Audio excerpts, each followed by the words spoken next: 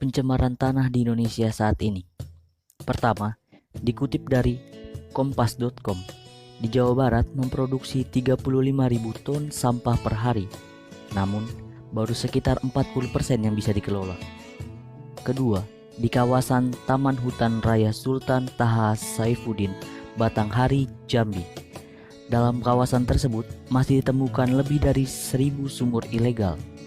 Ketiga, pengeboran minyak ilegal di Kampung Alur Tani 2, Kecamatan Tamiang, Hulu, Aceh, Tamiang.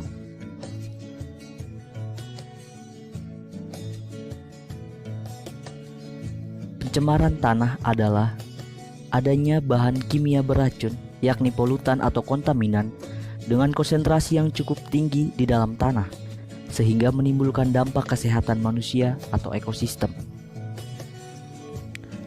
Penyebab pencemaran tanah terdiri dari dua sebab utama. Pertama, penyebab antropogenik atau buatan manusia. Kontaminan buatan manusia adalah penyebab utama polusi tanah. Polusi terdiri dari beberapa macam kontaminan atau bahan kimia, baik organik maupun anorganik. Polusi tanah yang disebabkan manusia biasanya dikarenakan pembuangan limbah yang tidak tepat yang berasal dari pembuangan industri perkotaan dan juga pestisida pertanian. Kedua, penyebab alami. Proses alami dapat menyebabkan akumulasi bahan kimia beracun di dalam tanah. Kemudian semua tanah tercemar atau tak tercemar mengandung berbagai senyawa atau kontaminan yang secara alami ada di dalam tanah. Senyawa atau kontaminan itu meliputi logam, ion anorganik, dan juga garam.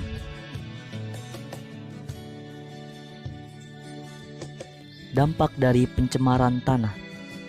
1. Mengurangi kesuburan tanah yang mengakibatkan kegagalan panen dan menurunkan tingkat kesejahteraan petani. 2. Rusaknya ekosistem makhluk hidup yang menyebabkan konflik antara manusia dan binatang yang semakin meluas. Ketiga, timbulnya berbagai wabah penyakit. Upaya penanggulangan pencemaran tanah. Pertama, gerakan 3R, reduce, reuse, dan recycle. Gerakan ini dimaksudkan agar produksi sampah dan juga produksi limbah di bumi berkurang. Kedua, reboisasi. Penanaman pohon kembali dapat mengurangi pencemaran tanah. Tanah akan menjadi lebih subur sehingga lebih asri dan kualitas udara akan lebih bersih sehingga lebih sehat untuk dihirup. Ketiga, remediasi. Remediasi ialah gerakan membersihkan tanah yang terkontaminan. Ada dua gerakan remediasi. Pertama, remediasi in situ. Remediasi in situ ialah melakukan pembersihan secara langsung di lokasi tanah yang tercemar. Kedua, remediasi ex situ. Remediasi ex situ ialah menggali tanah yang tercemar, kemudian membawa tanah tersebut ke daerah yang aman.